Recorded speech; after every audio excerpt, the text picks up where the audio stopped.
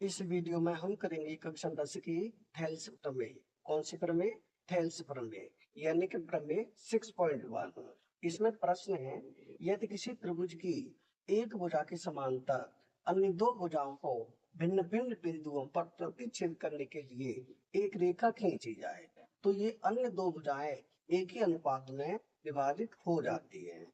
यानी प्रश्न क्या है? प्रश्न ये है, जैसे कोई त्रिभुज है ए बी सी, ये त्रिभुज है। इस त्रिभुज में किसी एक भुजा के समांतर यानी कि बीसी के समांतर डी रेखा खींची गई है।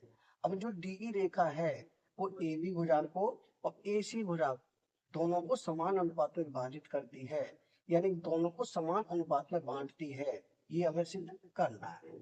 तो इसके लिए सबसे पहली हेडिंग होगी हमारी दिया है, और ये प्रमेय एग्जाम की दृष्टि से काफी महत्वपूर्ण है। ये हर बार एग्जाम में पूछी जाती है। अब जो भी हमें दिया है उसे इसमें लिखेंगे। यानी हमें क्या दिया है? हमें दिया है ए बी सी एक त्रिभुज है, तो पहले से लिखे ए बी सी एक त्रिभुज है। ए बी सी एक त्रिभुज है, त्रिभुज है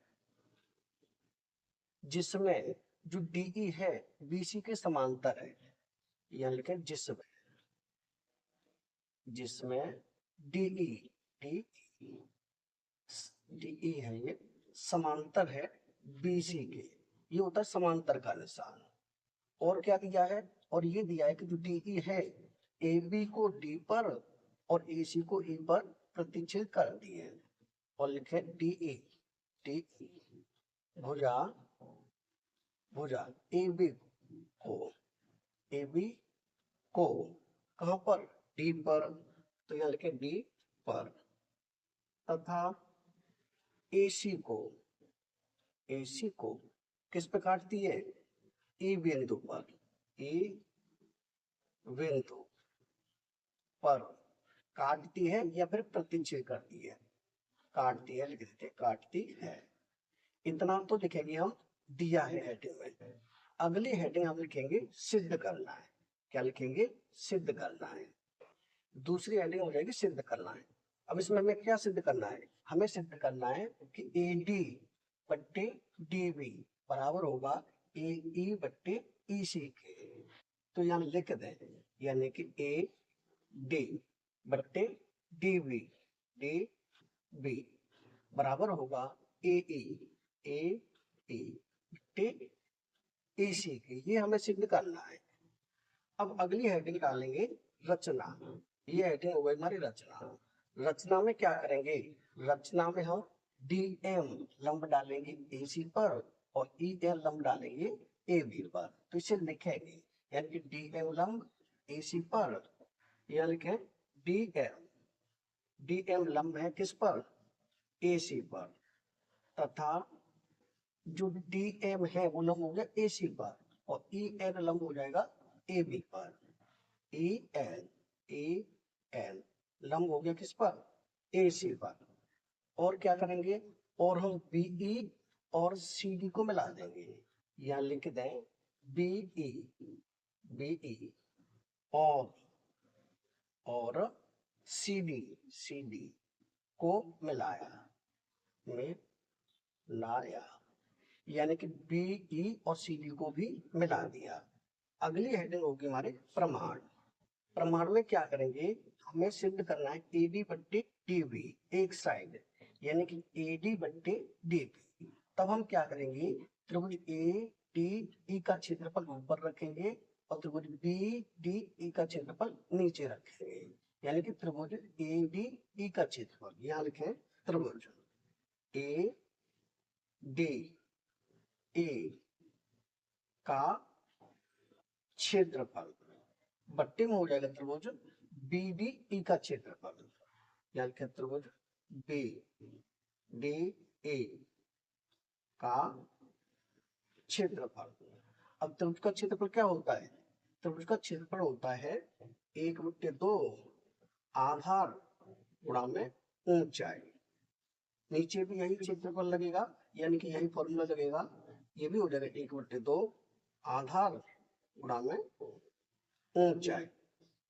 अब 1/2 तो 1/2 गुणा आधार कौन से त्रिभुज का, त्रिभुज ADA का, त्रिभुज ADA का, इसका आधार लेंगे हम AD, क्या लेंगे AD, तो यहाँ रखें AD गुणा ऊंचाई, इसके लिए ऊंचाई हो जाएगी, इस त्रिभुज के लिए ऊंचाई होगी कौन सी, ये होगी EN, क्या होगी EN, तो यहाँ लिखेंगे EN बट्टे 1/2, तो 1/2 गुणा आधार गुणा ऊंचाई कौन से त्रिभुज में, त्रिभुज BDE, त्रिभुज BDE इस त्रिभुज में, तो इसका आधार रखेंगे ये BD या DB भी लिख सकते हैं, या लिखें DB गुणा ऊंचाई, गुणा ऊंचाई, जब ऊंचाई का नंबर आए तो यही ऊंचाई रखेंगे EN, EN क्या रखेंगे, क्योंकि इसी त्रिभुज की भुजा को आगे तक बढ़ाया गया है, तो इसके लिए ऊंचाई भी EN हो जाएगी, ऊंचाई क्या होगी EN।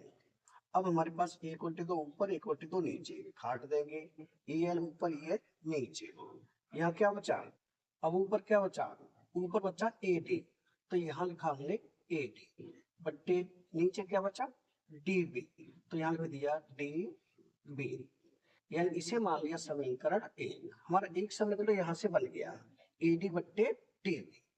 अब हम आगे करेंगे, तो अगली बार में हम क्या करेंगे, इसी त्रिभुज का क्षेत्रफल लेंगे दूसरी बार में, क्योंकि दूसरी तरफ हमें लाना है AE बट्टे EC, यानी कि इस त्रिभुज का क्षेत्रफल त्रिभुज ADE का क्षेत्रफल बट्टे में हो जाएगा त्रिभुज CED का क्षेत्रफल, इसका क्षेत्रफल, तो इसे लिखेंगे, यानी कि त्रिभुज ADE का क्षेत्रफल, ADE का क्षेत्रफल बट्टे में क्या होगा, बट्टे में होगा त्रिभुज E यानी CED का क्षेत्रफल, इसका त्रिभुज CED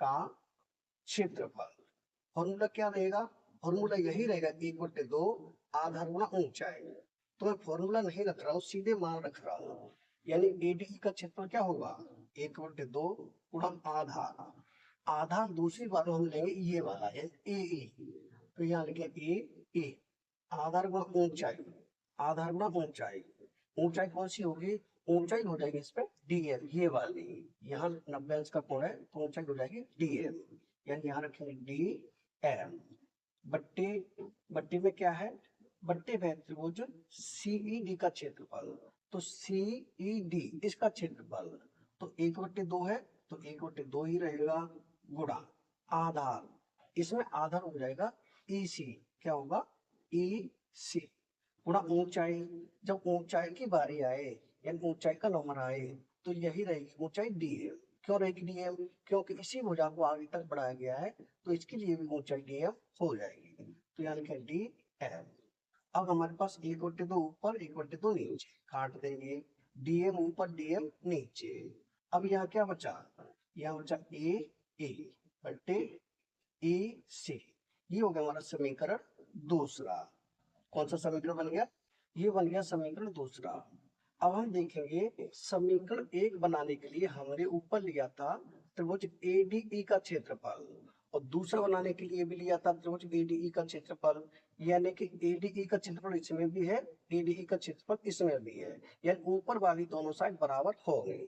अगर नीचे देखें तो त्रिभुज BDE का क्षेत्रफल, कौन सा त्रिभुज BDE का, इसका क्षेत्रफल, और दूसरे में था त्रिभुज CED का क्षेत्रफल, CED का क्षेत्रफल, अब ये दोनों त्रिभुज के क्षेत्रफल भी बराबर होंगे, क्यों होंगे, क्योंकि जब दो समांतर रेखाओं के बीच त्रिभुज बनते हैं और जिनका आधार एक ही होता है, उनका क्षेत्रफल भी बराबर होता है, ये पढ़ा था हमने कक्षा 9 में, यानी कि त्रिभुज BDE का क्षेत्रफल, त्रिभुज BDE का क्षेत्रफल, यहाँ लिखे, आगे कर देता हूँ, था त्रिभुज BDE का क्षेत्रफल बराबर किसके होगा, बराबर किसके होगा, बराबर होगा त्रिभुज CED के क्षेत्रफल के, त्रिभुज CED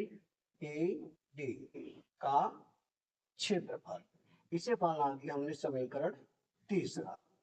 अब समीकरण 1, 2 और 3 से हम देखेंगे तो ये और ये दोनों बराबर हो जाएंगे, तो इसे लिख गया समीकरण 1 2 व 3 से क्या हो जाएगा, ये हो जाएगा ए डी बट्टे हो जाएगा डी बी बराबर हो जाएगा ए ई बट्टे ई सी, ए ई बट्टे ए सी।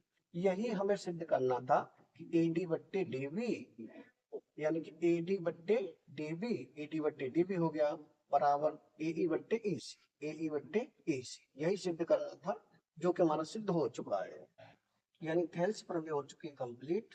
अगर वीडियो पसंद आए तो लाइक करें, कमेंट करें, अपने दोस्तों के साथ शेयर करें। धन्यवाद।